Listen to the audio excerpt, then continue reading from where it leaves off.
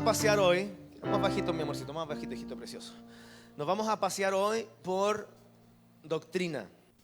Quiero establecer fundamento, no quita que vaya a ministrar, pero quiero hablar verdades muy profundas, verdades que nos van a afirmar en identidad.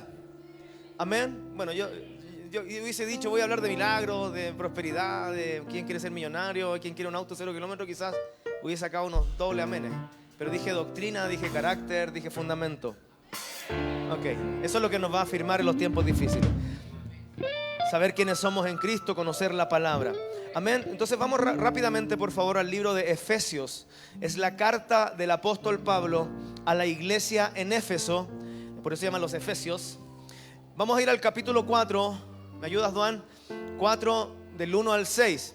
Póngame mucha atención, por favor, y si es mejor, puede leer conmigo. Así que cuando usted verbaliza, también algo le queda en su cabeza y en su corazón. Hay mucha gente que tiene la Biblia en la cabeza, pero no la tiene en el corazón. Así que mejor repetir para que la fe venga por el oír. ¿El oír qué? La palabra de papá. Ok, vamos juntos. Efesios 4 dice: yo pues, prisionero del Señor, os exhorto a que andéis, subraya esa palabra, a que andéis, ¿cómo es? Digno del llamamiento con que fuisteis llamados, con toda humildad. No tiene que ayudarme a leer, vamos. Con toda humildad y mansedumbre, oh my God, soportándoos con longanimidad unos a otros en amor, solícitos por guardar la unidad del Espíritu en el vínculo de la paz. Un solo cuerpo y un solo Espíritu, como también fuisteis llamados con una misma esperanza de vuestro llamamiento. Verso 5. Dígalo fuerte. Un solo Señor, una sola fe, un solo bautismo, un solo Dios y Padre de todos, quien está sobre todos, a través de todos. Padre, en el nombre de Jesús, que tu palabra encuentre una cabida, un lugar en nuestro corazón. Y no solo eso, sino que esa palabra, al encontrar un lugar en nuestro corazón y mente, esa palabra puede echar raíces y dar fruto. En el nombre de Jesús declaramos un tiempo de transformación por la palabra, no por mi voz, sino por el sonido de tu voz. En el nombre de Jesús, es tu palabra la que provoca vida, es tu palabra la que genera vida, es tu palabra la que nos va a dar a luz en esta mañana algo nuevo. Alguien tiene que dar gracias en el nombre de Jesús. Te voy a regalar mi Biblia, un acto profético. Esta es la mía, la que yo más amo, para que veáis cuánto te amo. ¿En serio?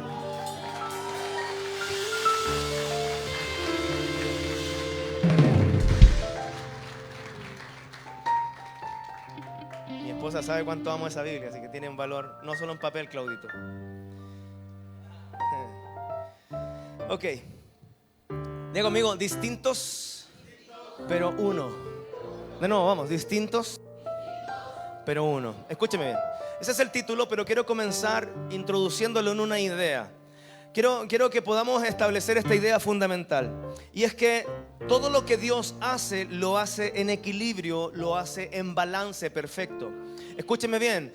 Y lo vemos en todas las cartas, por ejemplo, las cartas del apóstol Pablo, o en los evangelios, los 4 evangelios, las cartas últimas de Pedro o de Juan. Vemos que siempre hay un equilibrio. Le voy a dar una tarea. ¿Quiere una tarea?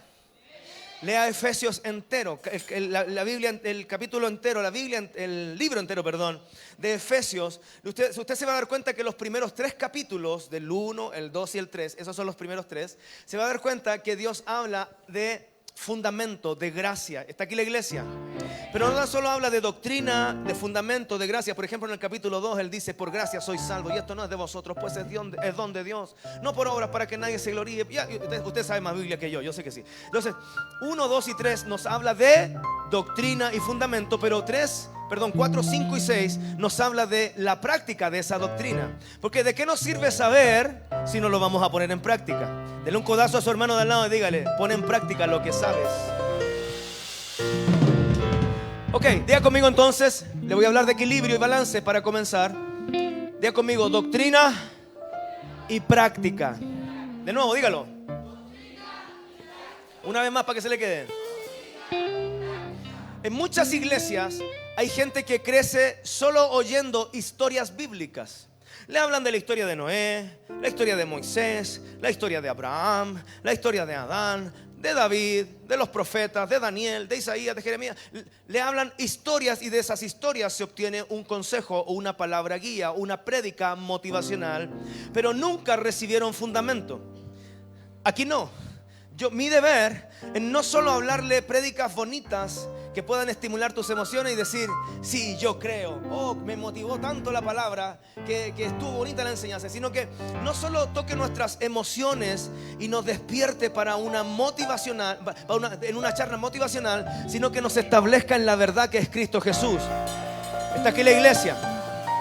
Porque cuando viene la adversidad, escuche bien, cuando viene la adversidad o el proceso, como le llaman los canutos, el proceso y los desiertos y todas esas cosas, ¿de qué te sirve la historia de Noé?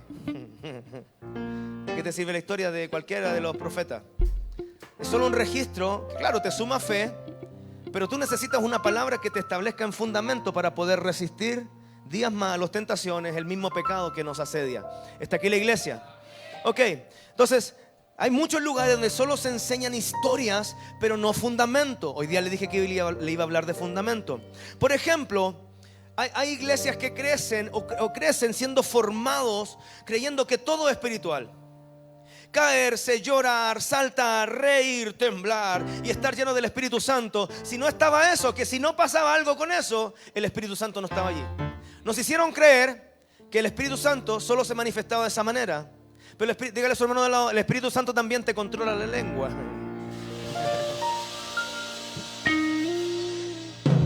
No solo te hace hablar en lengua, sino que te controla la que tienes.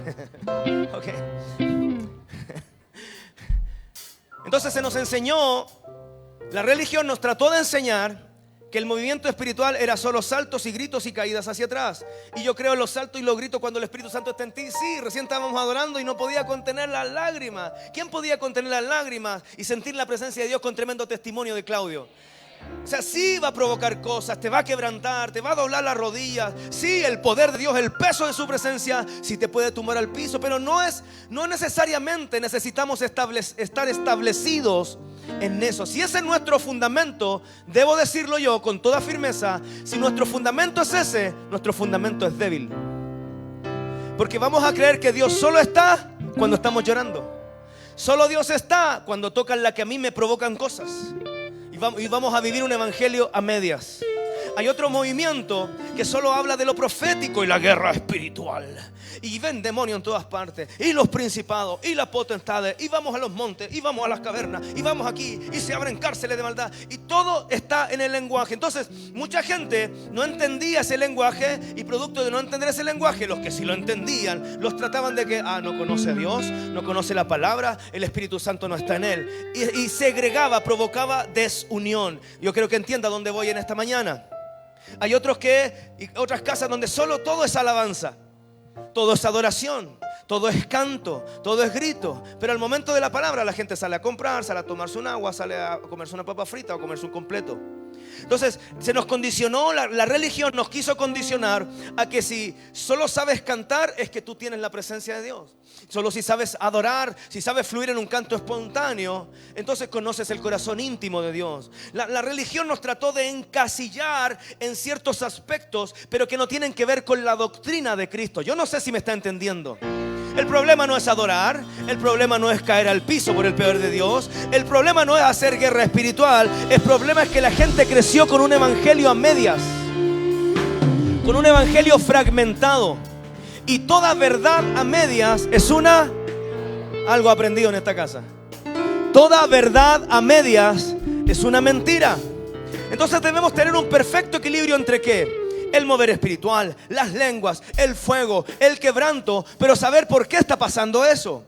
Saber que hay potestades, nuestra guerra no es contra carne ni sangre, sino contra principados, contra huestes de maldad en las regiones celestes. Pero que esa verdad también esté fundamentada en la palabra, en la doctrina de Cristo. No sé si me está siguiendo la iglesia. Podemos adorar, cantar, saltar. ¿Cómo terminan los retiros? Terminamos bailando, haciendo el trencito, adorando a Dios en fiesta, ¿sí o no? Pero no debemos obviar, no debemos olvidarnos que debemos estar fundamentados en la doctrina de Cristo. Diga conmigo: equilibrio. Ok, más profundo aún. Construir una iglesia, establecer una iglesia. Y voy más profundo aún. Construir una casa. Ya se me perdió. Construir una casa, levantar una familia a medias, con verdades a medias, es demasiado peligroso. Es como querer construir una casa y solo comprar adornos, pero no preocuparse de las fundaciones. No sé si está aquí la iglesia. Es como, ay, quiero estas cortinas, quiero esta mesa de centro, me gustaría tener este mueble, y esto aquí y esto allá, pero no preocuparse de lo primero, que es que esa casa no se te caiga. Está aquí la iglesia. Es lo mismo en lo espiritual. Nos deslumbramos por las luces, por el canto, por el sonido, por la adoración, por el sonido de la palabra, porque se aprende, pero debemos estar establecidos en la palabra, no solo en el movimiento que se ve. Está aquí la iglesia. Por ejemplo, para mí, un verdadero líder, debiera saber las cartas de Pablo al revés y al derecho. O sea, por lo menos la carta de los Romanos, que son 11 capítulos, los primeros 11, de fundamento de doctrina de Cristo. Habla de la salvación, habla de quiénes somos los hijos de Dios, habla del Espíritu Santo. Por lo menos un líder debería estar establecido. Ya les di la segunda tarea. La primera tarea es para todos, Efesios. La segunda tarea es para los líderes también, Efesios y Romanos. Diga conmigo equilibrio. Diga conmigo balance. Ok, hay unos que tienen doctrina, hay otros que dicen del Espíritu. Hay unos que dicen del Espíritu, otros no, eso es una locura. Nosotros tenemos que conocer la palabra. Hay otros que dicen que tienen la palabra, y eso es que está aquí la iglesia. De nuevo, diga conmigo equilibrio. Eso le pasó a la iglesia en Éfeso. Mira lo que dice Apocalipsis capítulo 2, el verso 2 al 5. El Espíritu de Dios le habla a las iglesias, y a una de las iglesias que le habla es a la iglesia en Éfeso, y le dice: yo conozco tus obras y arduo trabajo y tu perseverancia. Lee conmigo, ¿no? Y tu perseverancia, y que no puedes soportar a los malos, y probaste a los que se llaman solo, ¿cierto?, apóstoles, y no lo son, y los hallaste mentirosos. Sigamos hasta el 5, por favor. Y tienes perseverancia y soportaste por causa de mi nombre y no has desmayado. Pero, oh my God, esto se puso peligroso. ¿Qué dice ahí? Pero tengo contra ti que has dejado tu primer amor. Recuerda por tanto de dónde has caído y arrepiéntete y haz las primeras obras, pues si no, yo iré a ti y quitaré tu candelabro de su lugar, a menos que te arrepientas. La iglesia de Éfeso conocía palabra, conocía doctrina, podía oler a esos falsos maestros, a esos falsos apóstoles. Conocía a tal nivel la palabra de Dios, pero se habían olvidado de algo: de llorar en su presencia. De ese cosquilleo que te provocaban los primeros servicios. Hoy día es domingo. Pero pasan los años y después del cambio y uno dice: hoy día es domingo. O jueves, casa de paz, o martes de escuela, los líderes. Segundo llamado.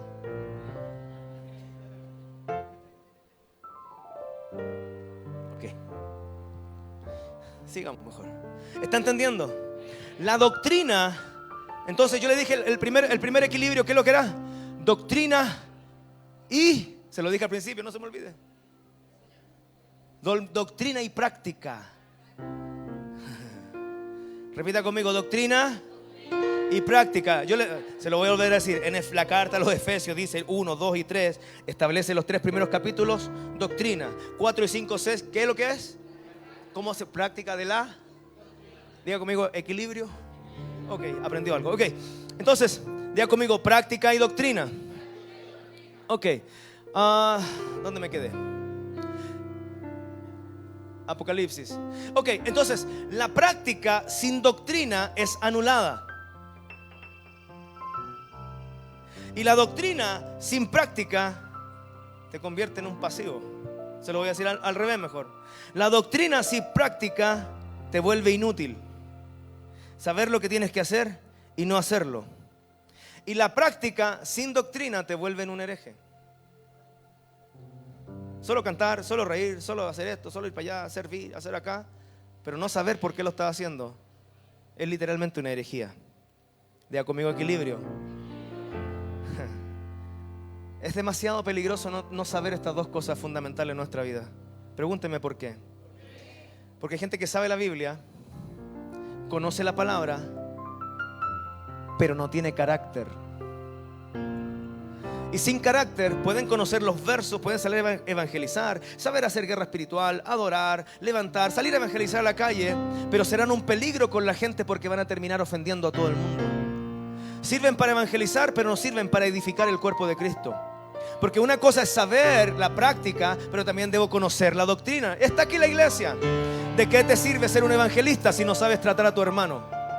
¿De qué te sirve tener amor por el perdido si no sabes tratar a los que ya están contigo? Diga conmigo, no sirve de nada.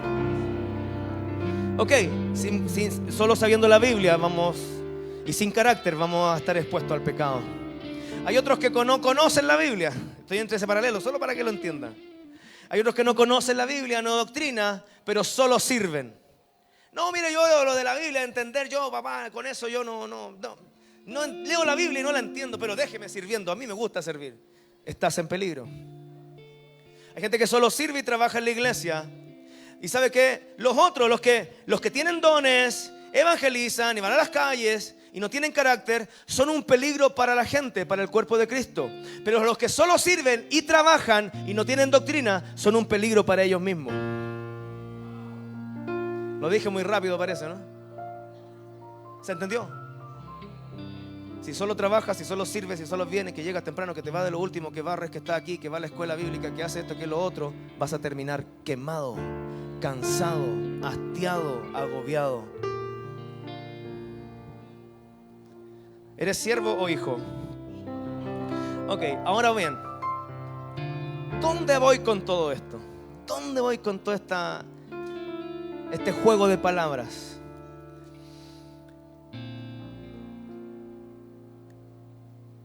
Préstame la Biblia, le regalé la Biblia a Claudio y la voy a ocupar ahora. Préstame un ratito, Claudito. No, pero es tuya, sí. Okay. Los que tienen Biblia, por favor, busquen en el mismo Efesios capítulo 4. Efesios capítulo 4.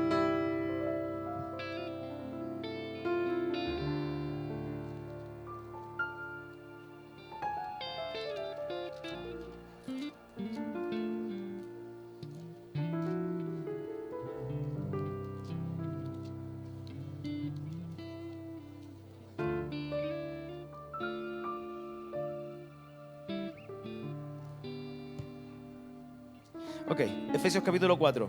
¿Está conmigo? ¿O ya se me aburrió? No, que a usted le gusta que le prediquen de fuego y cosas como esas. Pero cuando se habla de doctrina, oh my God. Mira lo que dice 4:1. Usted lo lee conmigo.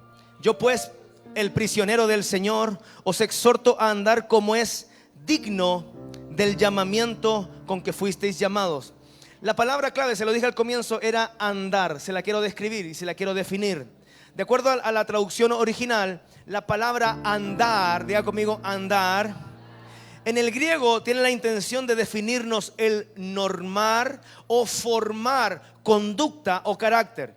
No se me pierda. Andar significa formar carácter. Es como yo voy a formar el estilo de cómo yo voy a vivir mi vida. Otra forma de decir andar es caminar, ¿sí o no? Pero no tiene que ver con el caminar de los pasos, sino como cómo tú conduces tu vida. Está aquí la iglesia. Diga conmigo, andar es como yo conduzco mi vida. Mira, se lo acabo de leer en el verso 4, dice: los exhorto, dice el apóstol Pablo, a andar como es digno del llamamiento con que fuiste llamado. ¿Se refiere al caminar de los pasos? No, se refiere a cómo tienes que vivir tu vida. Está aquí la iglesia. Mira, vamos al verso 17. El verso 17, yo tengo otra versión, pero léalo conmigo igual. Esto pues digo y declaro en el Señor, a no andar más como andan los gentiles en la vanidad de su mente. Está la iglesia acá. ¿Qué dice el apóstol Pablo? Hay otra demanda: a no andar como andan los gentiles. Perdonen la redundancia, pero quiero establecer esta verdad. En el capítulo 5, vamos corriendo, en el capítulo 5, en el verso 2, el apóstol Pablo de nuevo nos dice, vamos a leer del 1: sean pues imitadores de Dios como hijos amados. Y el verso 2 dice: y andad en amor, como Cristo también nos amó y se entregó a nosotros en ofrenda y sacrificio a Dios. La palabra se repite de nuevo. ¿Cuál es la demanda del apóstol Pablo? Andar. ¿Andar en qué? En los primeros 3 capítulos que nos enseña los Efesios. Nos habla de la gracia, nos habla de la salvación por gracia, no por obra. Nos habla de la redención, nos habla de quiénes somos en Cristo. Y en el capítulo 4, 5 y 6 nos dice, esta es la forma. Los 3 primeros nos dicen cómo tú debes andar en tu vida, cómo debes caminar en tu vida, cómo debes vivir tu vida. Está aquí la iglesia. Mira lo que dice en el 8. Saltemos al 8. Del 7, no lleguéis pues a ser participantes con ellos, hablando de los que hablan tonteras, desobedientes, cosas vanas. Dice, porque en un tiempo erais tinieblas, pero ahora sois luz en el Señor. ¿Y qué dice? Andad como hijos de luz. ¿Andad como qué? Como canutos arrepentidos, como hijos de luz. Y por último, mira, para ponerle uno más, el 15. Mira lo que dice el 15. Mirad pues diligentemente cómo andáis. ¿Qué dice ahí? No como necios, sino como sabios, redimiendo el tiempo, porque los días son malos. Ok, entonces entendemos que lo que el apóstol Pablo está estableciendo en nuestro corazón es el perfecto equilibrio entre lo que sabemos y cómo andamos o cómo vivimos. Está aquí la iglesia. Le estoy hablando de doctrina, y la doctrina se la leí al principio. Cuando usted le pregunten ¿qué tú crees? Ponme Efesios 4, del 1 en adelante, no. Cuando te pregunten, oye, en tu iglesia, ¿qué miércoles es lo que creen? Usted vaya a Efesios 4 y usted tiene la respuesta. Dame el 2, ¿cierto? Andar con toda humildad y mansedumbre, soportando con longanimidad los unos a los otros. Lo primero es saber que lo que nos rige es el amor. ¿Qué es lo que nos rige? El amor. 3. Solícitos por guardar ¿qué? La unidad del espíritu en el vínculo de la paz. ¿Cuál es el otro aspecto fundamental como casa? Primero el amor, después la unidad. Y aquí empieza a describir en lo que nosotros creemos. Léalo conmigo. Un solo cuerpo y un solo espíritu, como también fuisteis llamados con una misma esperanza de vuestro. Tenemos un cuerpo, tenemos un espíritu y tenemos un llamado.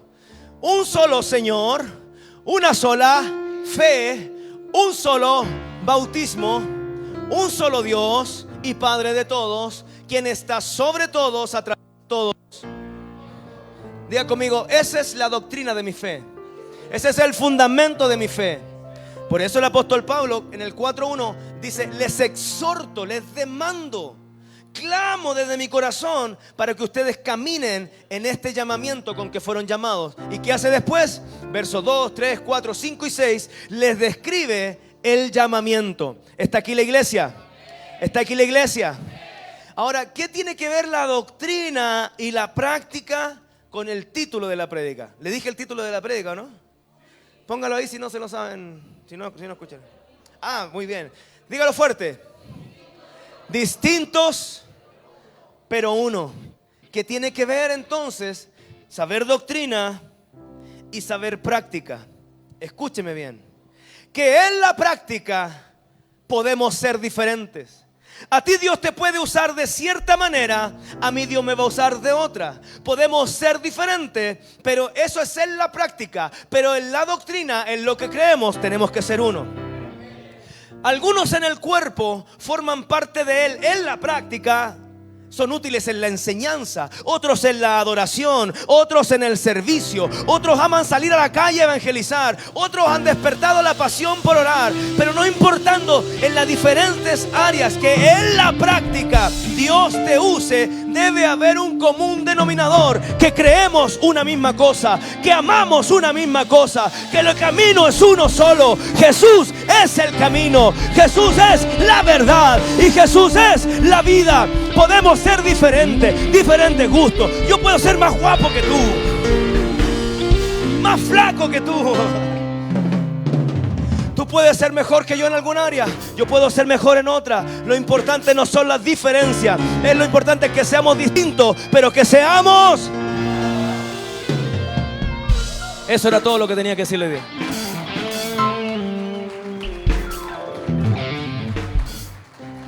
Nos une una poderosa verdad. Que hay algunos que no cantan bien. Hay otros que sí. Porque se ríe, Dios mío. Hay unos que todavía les cuesta orar en público. Hay otros que están dispuestos para que les pasen el micrófono. Hay unos que aman ir a servir a los niños allá atrás. Hay otros que se esconden el día que les toca. No importando. No importando la función que ejecutamos en la práctica. Familia, hijos, lo que se debe notar de nosotros es que somos uno.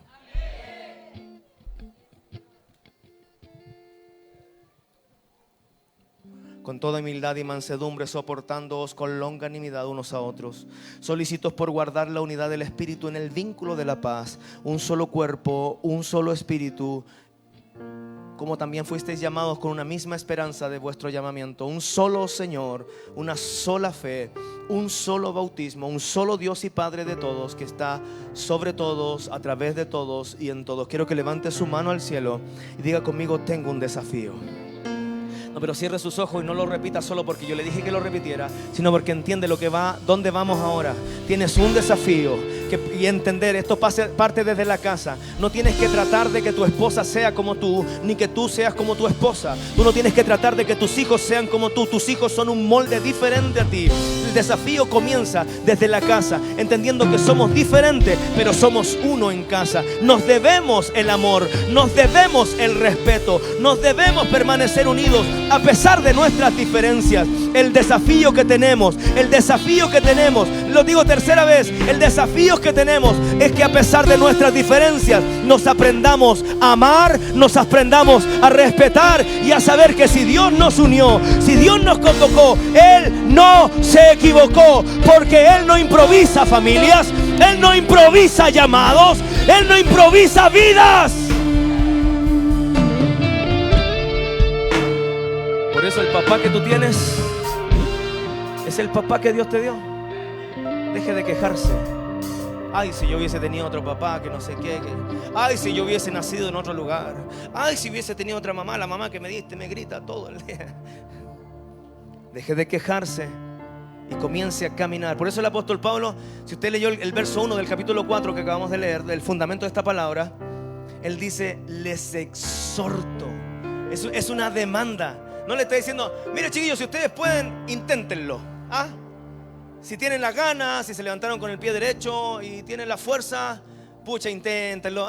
No. Dice: les demando. Es como cuando en Romanos 12 dice: transformaos, no se conformen. ¿Sí o no? Lo dice desde un lugar de una demanda espiritual. ¿Está aquí la iglesia? ¿Está aquí la iglesia? Entonces, tú en tu casa, tú estás con alguien hoy día de tu familia. Quiero que lo mires a los ojos. Míralo a los ojos. No, pero no es momento de hacer risa, porque usted le va a decir una verdad. Dígale: tengo el desafío de amarte como eres.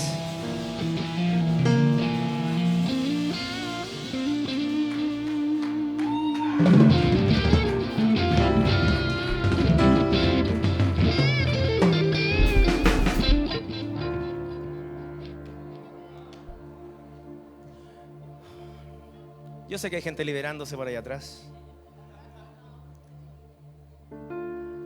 El día que te conociste con tu amada, te desesperabas por estar con ella. Gloria a Dios.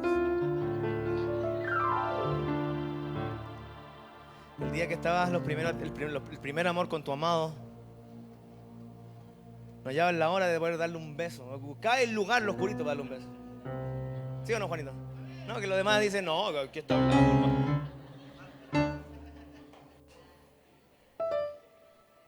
Pero pasó el tiempo y a algunos nos empezó a salir una caparazón delante.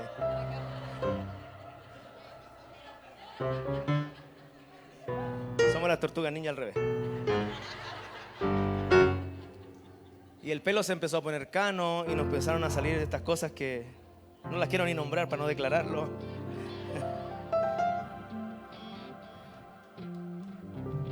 Y a muchos se les enfrió el amor.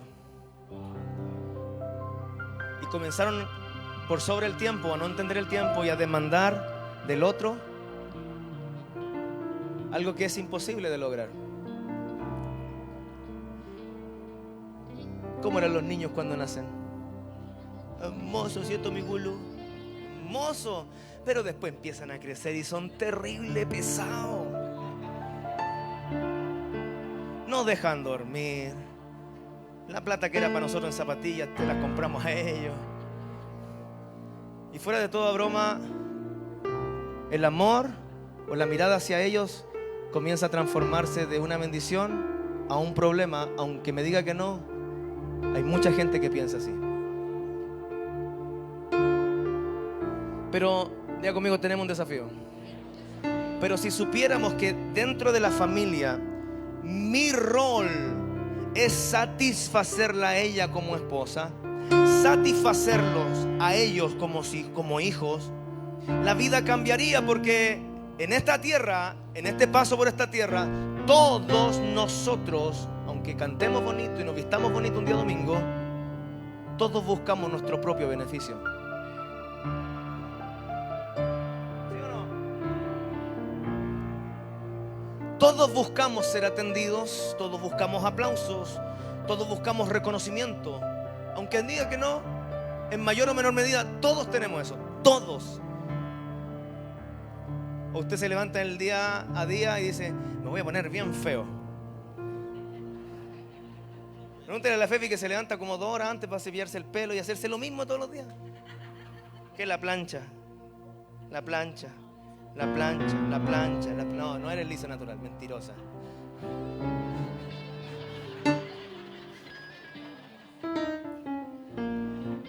¿Para qué peleamos con esas cosas?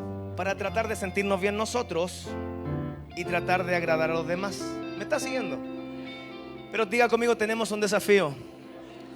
¿Y sabe cuál es el desafío? Ser como Jesús. Jesús vino y no buscó favor, buscó agradar. No buscó que lo sirvieran, Él sirvió. Él no vino a ser aplaudido, Él vino a honrar.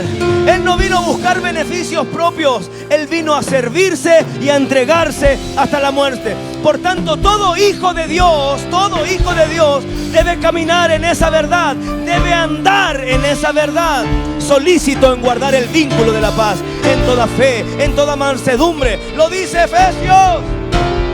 Mi deber día a día es darme por los que me rodean, no buscar a sí mismo, para mí mismo, el beneficio. Pero eso es solo para el remanente de hijos que sabe que no vive para sí, sino que vive para Él. Está aquí la iglesia. Vamos corriendo al final. ¿Cuántos quieren ser como Jesús? ¿Cuántos quieren ser como Jesús? Déjeme decirle que lo que Dios ha puesto en nosotros, Dios jamás lo puso allí para ponernos por encima de otros, sino para que lo que Él puso en nosotros le sirva a otros. Tu gracia, tus talentos, tus habilidades, tu gracia para conversar y romper con el hielo con otros, no solo es porque tú eres bueno para hablar, sino porque dentro de ti hay un evangelista agitándose. No me escuchó. Aquel que se duele y empieza con las cadenas de oración por WhatsApp cuando hay alguien enfermo, ni lo conoce, pero vamos a hacer una cadena de oración. Es porque dentro de él hay un intercesor. Hay gente que ama la oración y ponerse en el lugar de otros. Todo lo que Dios depositó en nosotros no es para nosotros mismos, sino para otros. Familia, podemos ser diferentes, pero podemos caminar en unidad. Le pregunto tercera vez, ¿quiere ser como Jesús? Porque el modelo es Jesús. Porque déjeme decirle algo más. La unidad, el concepto de unidad es un principio. Es un principio, escúcheme bien. Es un principio, es una verdad. Entonces, como es un principio y una verdad, uno decide cómo usarlo. Hay gente que se une, pero se une para cosas malas. Una Jezabel y una Acab, la Torre de Babel, los que pelearon por 30 pesos en el metro, se unieron con un fin, pero el fin era destrucción. Está aquí la iglesia. Entonces, si queremos ser como Jesús, debemos saber que el principio de la unidad debe estar conectado a Él. Y Él nos enseñó el principio de la unidad y del servicio, de la entrega, con el ejemplo, no con las palabras. Mira lo que dice Efesios 2. Esto es lo que Jesús nos modela. ¿Lo lee conmigo? Si me pone atención, por favor, lo lee conmigo. Efesios 2, vamos a leer del 1 al 4. En cuanto a vosotros, ¿a quién? Al de al lado. A mí, me está hablando a mí. ¿En cuanto a qué? A vosotros, que estabais muertos en vuestros delitos y pecados, en los cuales anduvisteis en otro tiempo, según el curso de este mundo, conforme a quién? Al príncipe de la potestad del aire, del espíritu que ahora actúa en los hijos de desobediencia. Eso en otro tiempo. Entre ellos también vivimos alguna vez todos nosotros, en otro tiempo, en los deseos de nuestra carne, haciendo la voluntad de la carne y de los pensamientos. Y dice allí, y éramos por naturaleza hijos de ira, lo mismo que los demás. Pero Dios, que es rico en misericordia, por su gran amor con que nos amó, dame el 5 igual.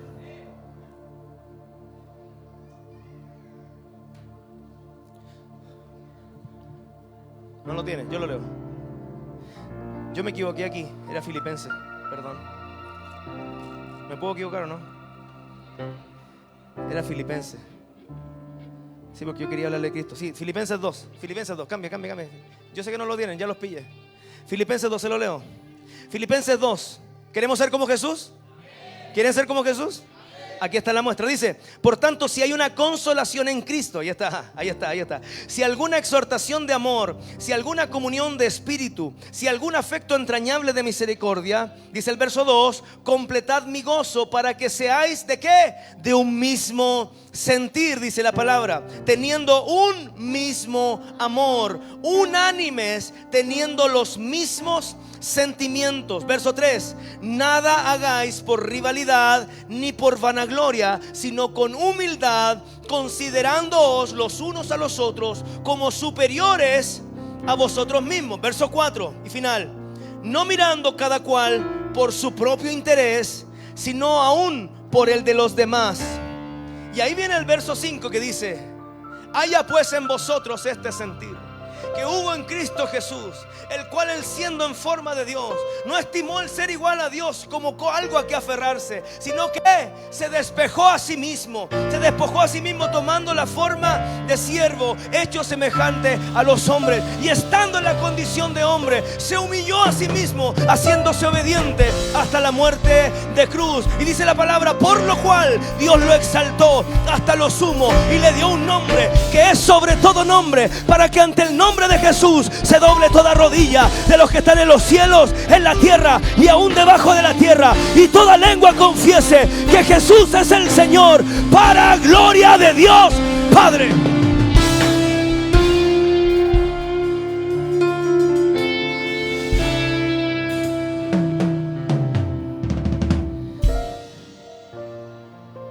Es fácil decir amén, pero yo lo leí con euforia al más puro estilo dominicano, al más puro estilo rabacucu. Pero dice la palabra que Él se humilló, siendo Dios, se volvió hombre. Y no le bastó esa humillación, porque ser Dios y transformarse en hombre es una soberana humillación, sino que dice que se volvió a humillar y se hizo semejante a los hombres. Y no solo eso, sino que se volvió a humillar y se hizo, siendo hombre, se hizo siervo. Y no solo eso, sino que siendo siervo se volvió a humillar, haciéndose obediente hasta la muerte. Y se volvió a humillar porque no fue cualquier muerte, fue la muerte de cruz. Le vuelvo a preguntar: ¿quieres ser como Jesús? Es que cuando a mí me hacen una, yo tengo que devolver 10. Pero Jesús nos enseñó que si te hacen una, tercera vez le pregunto: ¿quieres ser como Jesús?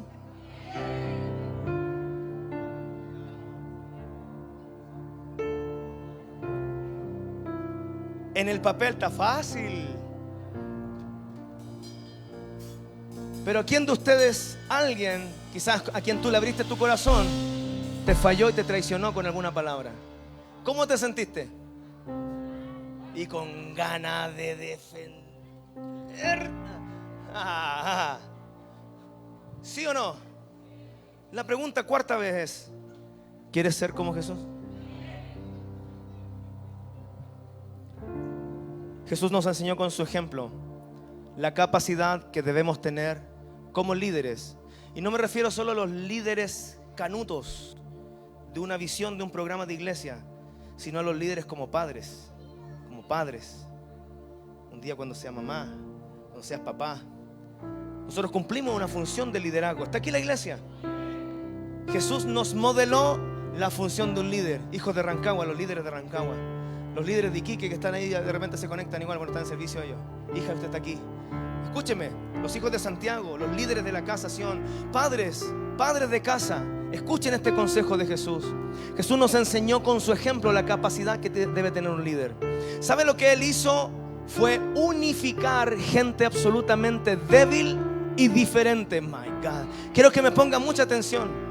Los que gobernamos en casa debemos saber que nuestros hijos son diferentes. Nunca compares a tus hijos. En la vida de la iglesia, tus discípulos, nunca compares a tus discípulos. Nunca sientes en un lugar de honra al que da, y al que no da lo sientas allá afuera. Nunca haga eso. Jesús tuvo la capacidad de unir a pesar de las diferencias. Oh my God. Cuando Dios nos convocó a todos los que estamos acá, ¿alguno pasó por una entrevista así como cuando va al trabajo antes de cruzar la puerta? ¿Alguno pasó por una entrevista personal? Bueno, usted califica para ser parte de la casa Sion. Te felicito, bendiciones.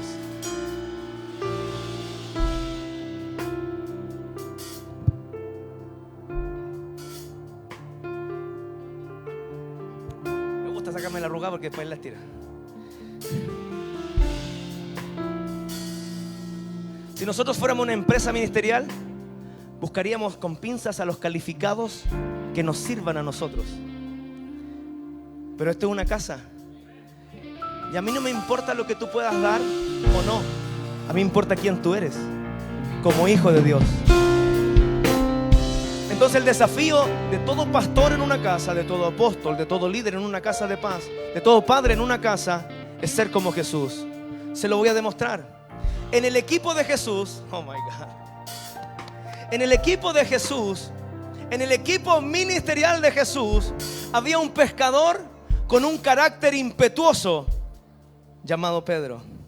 En el equipo de Jesús habían dos hijos de Zebedeo, o los hijos del trueno, ambiciosos, apasionados, eran llamados Juan y Santiago.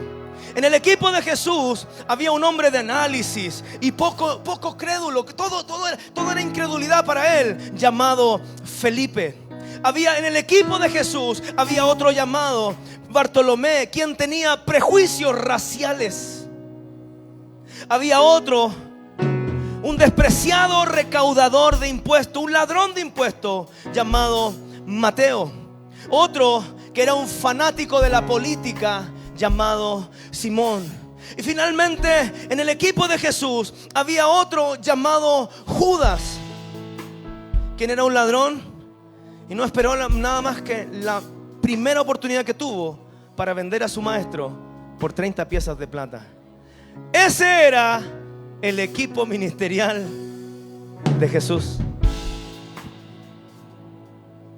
Pero nosotros como líderes buscamos nuestros discípulos que sean perfectos. Ya pues ora, ya pues congrégate, ya pues cambia eso. Oh my God. Jesús nunca puso la demanda en ellos. Jesús se puso la demanda en sí mismo, de formarlos, de amarlos, de soportarlos, de guardar la unidad, de que si Pedro estaba arrebatado con este otro, iba y los unía. Está aquí la iglesia. Imagina, por favor, por un segundo, imagina el potencial de este equipo. ¿Alguno quisiera este remanente de líderes? ¿Cuántos quisieran tener este remanente? Se me fue un Juan que batallaba con sus emociones, que un día estaba en la cárcel, y háganle saber a Jesús que estoy en la cárcel. Y Jesús dijo: háganle saber a Juan que los ojos ven, los cojos caminan, los ciegos ven. Estaba ofendido porque Jesús no lo había que sacar de la cárcel. ¿Alguien quiere ese equipo de liberación, de retiro, de evangelismo? Imagínense por favor el potencial. Era un desastre de equipo. Este selecto grupo era un desastre, pero aún así el propósito de Dios se cumplió. A pesar de las grandes diferencias personales entre ellos, fue la gracia de la cabeza, fue la gracia de Jesús, el amor que Jesús manifestó, el que sacó lo mejor de aquellos débiles. Yo sé que aquí hay pura gente fuerte, yo sé que aquí hay pura gente sabia, yo sé que aquí hay gente que se la sabe toda, pero aquellos que saben que en sus fuerzas no pueden, aquellos que luchan con el desánimo, aquellos que saben que sin Él no son nada, yo quiero que usted se levante, se ponga de pie y le diga: Padre, sé que soy diferente, pero sosténme. Padre, sé que mi hermano es diferente, pero sosténnos en amor.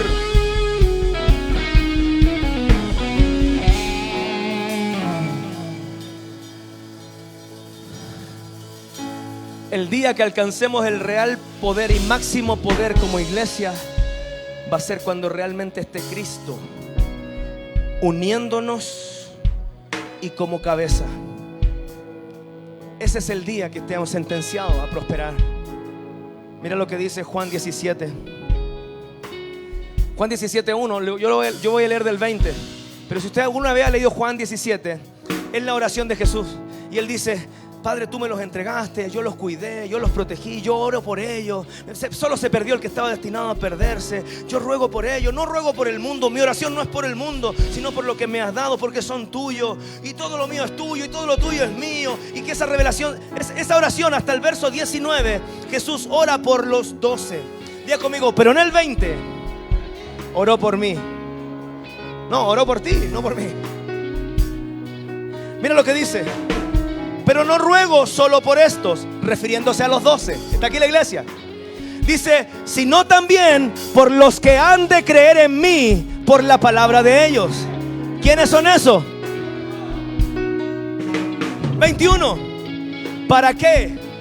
¿Por qué oraba Jesús? ¿Para que todos hagan milagros? ¿Para que todos profeticen? ¿Para que todos echen fuera demonios? Aleluya.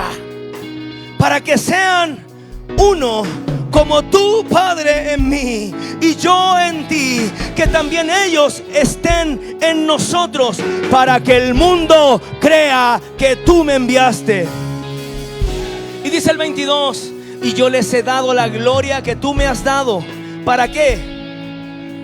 De nuevo, para cantar, para hacer conciertos, para llenar estadios, para hacer milagros. Esas cosas vienen después. Lo primero es que seamos. Mira cómo Dios está convocando gente. El Marcelo viene de Buin, Dios mío, medio pique. Hay gente que viene a la vuelta de la esquina y no viene a la iglesia. Viene el Erwin de Rapel, Dios mío, la Angelita. ¿Ah? Mira, vienen los hijos de Rancagua. Erwin ¿trajiste algo de Rancagua y dijo? De Rapel. Oh my God, bienvenida, hija. ¿Sabe lo que está haciendo Dios demostrándonos? Hoy día está la hija Jordana, está el hijo Cristian por allá atrás, está la Fernandita de Iquique. No se quieren ir ellos. ¿Sabe lo que Dios está haciendo demostrándonos con esto? Hay gente de casas viejas. Oh my God. Que no importando la distancia, este es un epicentro de unidad. Porque aquí nadie busca correr con colores, ni ser aplaudido, ni que me tienen alfombra roja y aleluya. Sino que lo único que buscamos es que a ti te vaya bien, que tus hijos estén unidos a ti, que tu matrimonio esté sólido, que permanezca en unidad, que el liderazgo permanezca en unidad. Y no tiene que ver con nuestra idea, sino con la misma idea de Jesús. Mira lo que dice el 23: yo en ellos y tú en mí, para que sean perfeccionados. ¿En qué? 23, hijo. Yo en ellos, léalo conmigo. 1, 2, 3. Y tú en mí, ¿para qué? Perfeccionados, ¿en qué? En una unidad, para que el mundo conozca que tú me enviaste y los amaste a ellos como me amaste a mí. Y el 24, y vamos a orar. Padre, aquello que me has dado, quiero que donde yo estoy, también ellos estén conmigo, para que contemplen mi gloria que me has dado, porque me amaste antes de la fundación del mundo. Cierre sus ojos. El Espíritu Santo nos va a revelar el poder de la unidad. Somos distintos, pero somos uno. Y esto va a comenzar desde las familias. Esto va a comenzar desde las casas. Si está tu familia al lado tuyo, tómale la mano y dile: este es el tiempo que nos unamos más que nunca. Este es el tiempo que permanezcamos unidos. Si estás con tus discípulos, hay alguien solo por ahí, pero está tu líder, está tu obrero, está tu diácono, tómale la mano y dile: vamos a permanecer en unidad, vamos a permanecer en propósito, porque ese es el propósito. Por eso nos van a conocer, porque somos uno. En esta casa sí hay milagros, ahí está el testimonio. Sí hay provisión, sí hay riquezas, sí hay propósito, sí hay llamado, pero por sobre eso permanecemos. El sello es que permanecemos. El sello es que permanecemos en unidad. Comienza a orar.